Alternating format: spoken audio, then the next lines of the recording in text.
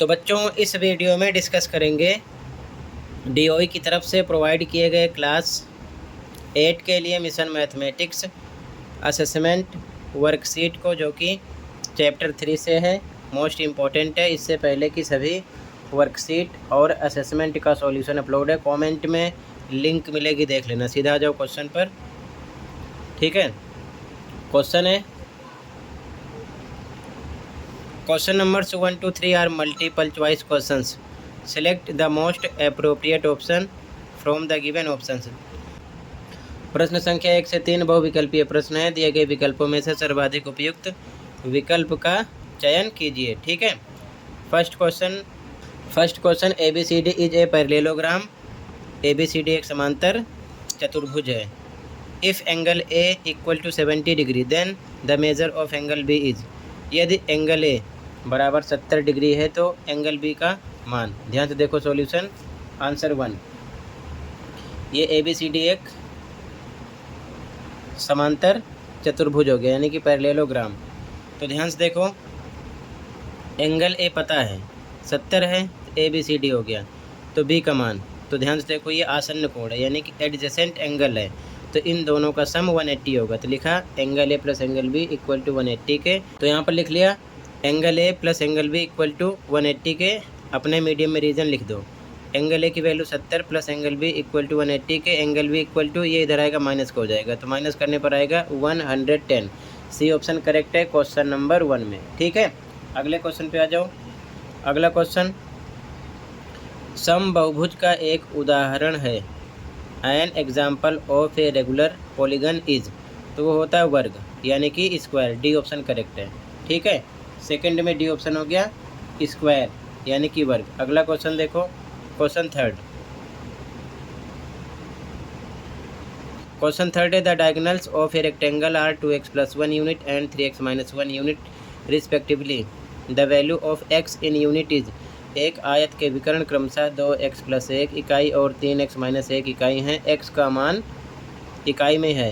तो ध्यान से देखो, अगर ये रेक्टेंगल है यानी आयत है, तो इसके विकर्ण आपस में क्या होंगे, इक्वल होंगे। तो हम 2x + 1 को 3x - 1 के इक्वल रखेंगे इस प्रकार, ठीक है।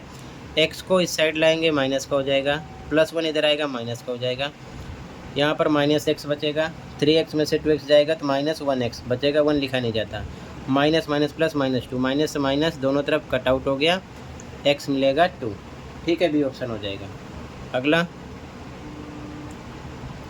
क्वेश्चन थर्ड हो गया 4। ट्रू फॉल्स बताना है, ठीक है। State true or false for the following statements. निम्नलिखित कथनों के लिए सत्य और असत्य लिखिए। पहला, सभी वर्ग समांतर चतुर्भुज नहीं होते। All squares are not parallelograms. ये आपका है फॉल्स, यानी कि असत्य है, ठीक है। अगला, सभी वर्ग समलंब होते हैं, यानी ऑल स्क्वायर्स आर ट्रेपेजियम, ये ट्रू है। अगला, सभी आयत वर्ग होते हैं, ऑल रेक्टेंगल आर स्क्वायर्स, ये आपका फॉल्स है, ठीक है। तो इस प्रकार से लिख लेना आंसर 4 का। फर्स्ट फॉल्स है, सेकंड ट्रू है, थर्ड फॉल्स है, ठीक है। 4 का आंसर हो जाएगा। अगले क्वेश्चन पे आ जाओ, कहीं पर कोई डाउट होगा बताना, ठीक है। अगला क्वेश्चन देखो, क्वेश्चन 5। एक समांतर चतुर्भुज के दो सम्मुख कोण 5x - 8 और 2x + 82 हैं। समांतर चतुर्भुज के प्रत्येक कोण का माप ज्ञात कीजिए। Two opposite angles of a parallelogram are 5x - 8 and 2x + 82। Find the measures of each angle of the parallelogram, ठीक है। ध्यान से देखो सॉल्यूशन। आंसर 5, ये पैरेललोग्राम हो गया ABCD। Angle A angle C पता है, क्यों? क्योंकि कह रहे हैं कि अपोजिट एंगल है, ठीक है ना, सम्मुख कोण है। तो A का अपोजिट एंगल C है, इसका सम्मुख कोण ये है, ये दोनों एक दूसरे के बराबर होंगे। और B का D है, ये दोनों एक दूसरे के बराबर होंगे, ठीक है। जब ये दोनों एक दूसरे के बराबर होंगे तो 5x - 8 इक्वल होगा 2x + 82 के। यहाँ पर लिखा गया। तो हिंदी में लिखो समांतर चतुर्भुज ABCD में, इंग्लिश वाले in parallelogram ABCD 5x - 8 equal to 2x + 82 के। 2x इधर आएगा, माइनस का हो जाएगा, -8 इधर आएगा, प्लस का हो जाएगा, निशान चेंज हो जाएगा। 5x में से 2x जाएगा, 3x इक्वल टू 90 प्लस करने पर आएगा x इक्वल टू 90/3 डिवाइड करो 30 आएगा। x का मान आ गया 30। और ध्यान रखना ये क्यों इक्वल हुआ है, यहाँ पर रीज़न लिख लेना। हिंदी में सम्मुख कोण, इंग्लिश वाले अपोजिट एंगल, फुल स्पेलिंग लिख लेना, अपोजिट एंगल, ठीक है, मैंने शॉर्ट में लिखा है। अब एंगल ए निकालेंगे, तो एंगल ए है 5x माइनस 8, यहाँ पर रखा एंगल ए की वैल्यू 5 x पर रखेंगे 30 माइनस 8, ये आ जाएगा 150 माइनस 8 142 डिग्री।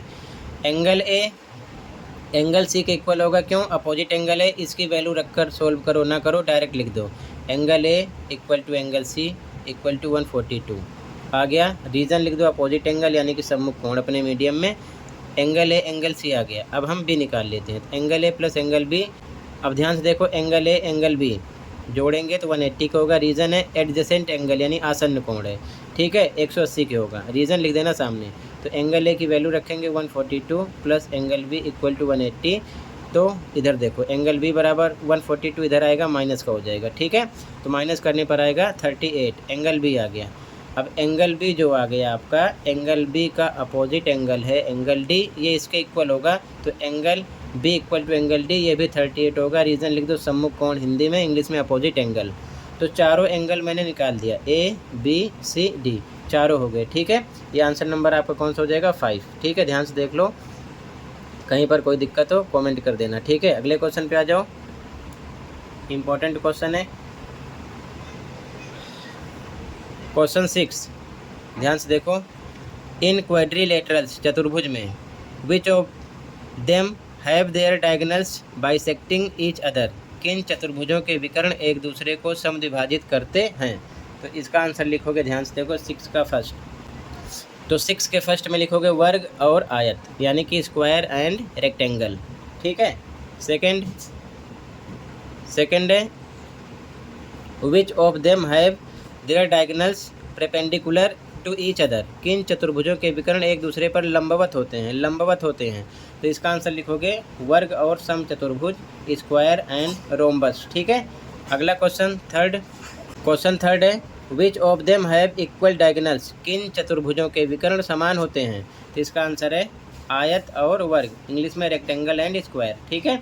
तो 6 में 3 क्वेश्चन थे, ठीक है, और ये लास्ट क्वेश्चन था, तीनों का आंसर हो गया। इसी के साथ ये असेसमेंट कंप्लीट है। कहीं पर कोई डाउट है कमेंट कर सकते हो। मिलते हैं अगली वीडियो में। Thank you for watching and take care.